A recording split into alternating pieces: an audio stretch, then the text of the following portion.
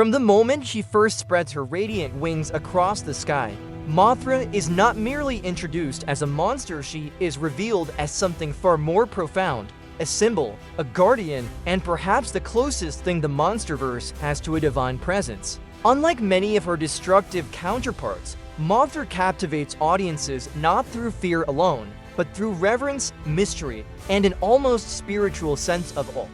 In a cinematic universe dominated by titanic clashes and raw power, her existence invites a deeper question. What if monsters are not just forces of destruction, but embodiments of balance, memory, and sacrifice? Mothra's origins trace back to the rich legacy of Toho, where she debuted in the 1961 film Mothra. From the very beginning, she stood apart from other kaiju like Godzilla or Rodan. While those creatures often embodied chaos, destruction, or natural catastrophe, Mothra represented something far more benevolent. She was a protector of nature, a deity-like being worshipped by ancient civilizations, and a creature whose power was deeply tied to life, renewal, and harmony. This foundational identity carries seamlessly into the modern Monsterverse, where her role is expanded and reinterpreted with both visual grandeur and thematic depth. In Godzilla, King of the Monsters, Mothra is reintroduced as a luminous, almost ethereal presence. Her design alone speaks volumes: bioluminescent wings that shimmer like stained glass, a body that blends insectoid realism with divine elegance, and a soft glow that contrasts sharply with the darker, more menacing aesthetics of other titans. This visual language is intentional. Where King Ghidorah looms as a storm-bringing destroyer and Godzilla stands as a force of primal equilibrium, Mothra emerges as a symbol of hope and restoration. She does not dominate the screen through aggression, but through presence, every movement graceful, every appearance imbued with purpose. One of the most compelling aspects of Mothra's character is her intrinsic connection to mythology and spirituality. Within the Monsterverse, she is not merely a creature discovered by science, she is revered, almost worshipped. The temple discovered in China, hidden beneath a waterfall, evokes a sense of sacredness that few other kaiju settings achieve. This location is not just a habitat, it is a shrine. The imagery recalls ancient human civilizations that viewed natural forces as divine beings, suggesting that Mothra's existence predates modern understanding and exists beyond it. Her relationship with humanity is not adversarial, but symbiotic. She does not seek to dominate humans, nor does she ignore them entirely. Instead, she coexists, intervening only when balance is threatened. This idea of balance is central to understanding Mothra's role within the Monsterverse. While Godzilla is often described as the alpha predator who restores order through dominance, Mothra operates on a more subtle, almost moral plane. She does not enforce balance through brute force alone, but through guidance, sacrifice, and renewal. Her life cycle egg, larva, cocoon, imago is itself a metaphor for transformation and rebirth. Unlike other titans, whose deaths are often final or ambiguous, Mothra's existence is cyclical. She dies, but she is also reborn. This cyclical nature elevates her from mere creature to symbol. She embodies the idea that life persists, that destruction is not the end, and that renewal is always possible. Her relationship with Godzilla is another defining element that enriches her narrative significance. Unlike the adversarial dynamics seen between other titans, Mothra and Godzilla share a bond that feels almost ancient and sacred.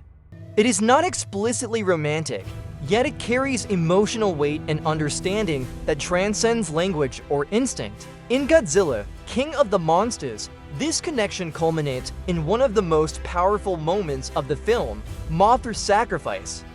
Facing the overwhelming threat of King Ghidorah, she does not hesitate to give her life to empower Godzilla, merging her energy with his and enabling him to rise in his burning Godzilla form.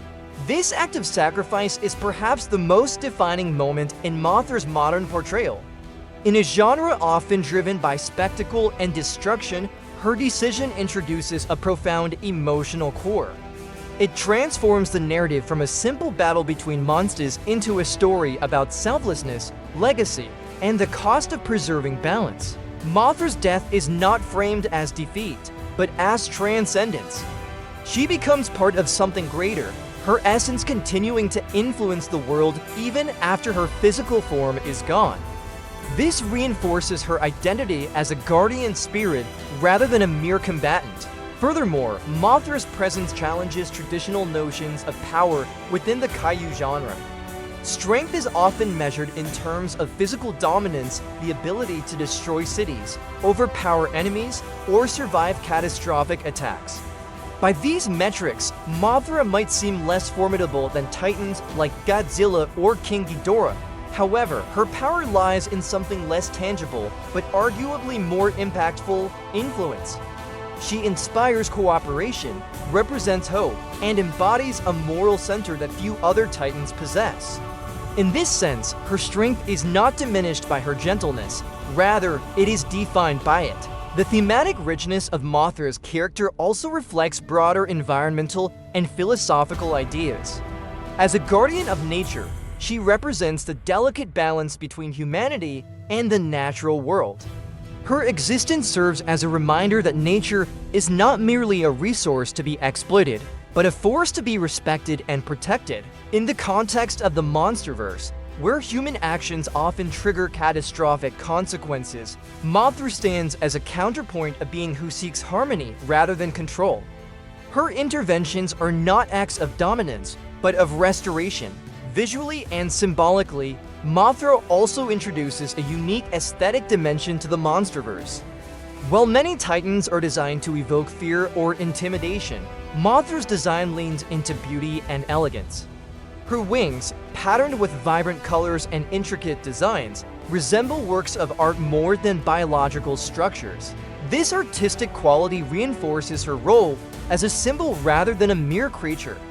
She is not just meant to be seen, she is meant to be admired, even revered. This duality, beauty and power, fragility and resilience, makes her one of the most compelling figures in the entire franchise. Moreover, Mothra's narrative significance extends beyond her individual appearances. She represents continuity within the Monsterverse, linking past, present, and future. Her cyclical nature suggests that she will always return, regardless of the challenges faced by the world. This sense of permanence adds a layer of reassurance to an otherwise chaotic universe. No matter how destructive the battles become, Mothra's essence endures, offering the possibility of renewal and balance. Her role also resonates strongly with fans who seek more than just action from the Kaiju genre. For many viewers, Mothra embodies a deeper emotional and philosophical connection to the story. She is not just a participant in the narrative, but a lens through which the audience can explore themes of sacrifice, coexistence, and the interconnectedness of life. This makes her particularly appealing to fans of the Monsterverse who appreciate its more introspective elements. In contrast to the destructive spectacle often associated with Kaiju films, Mothra introduces a sense of quiet power. Her presence does not demand attention through chaos, but commands it through meaning. She reminds us that true strength is not always loud or aggressive. Sometimes it is gentle, selfless, and enduring. This perspective enriches the Monsterverse, adding layers of complexity that elevate it beyond simple entertainment. Ultimately, Mothra stands as one of the most unique and meaningful creations in the history of Kaiju cinema. She is a creature of paradoxes, both fragile and powerful, both transient and eternal, both individual and symbolic. Her story is not just about survival or dominance, but about purpose and legacy. In a universe filled with monsters, she is something more, a guardian, a symbol, and a beacon of hope. As the Monsterverse continues to expand, the legacy of Mothra remains a vital part of its foundation. Whether she returns in future films or continues to influence the narrative from beyond, her presence will always be felt. She is not defined by the number of battles she wins, but by the impact she leaves behind. And in that sense, Mothra is not just a Kaiju, she is the soul of the Monsterverse itself.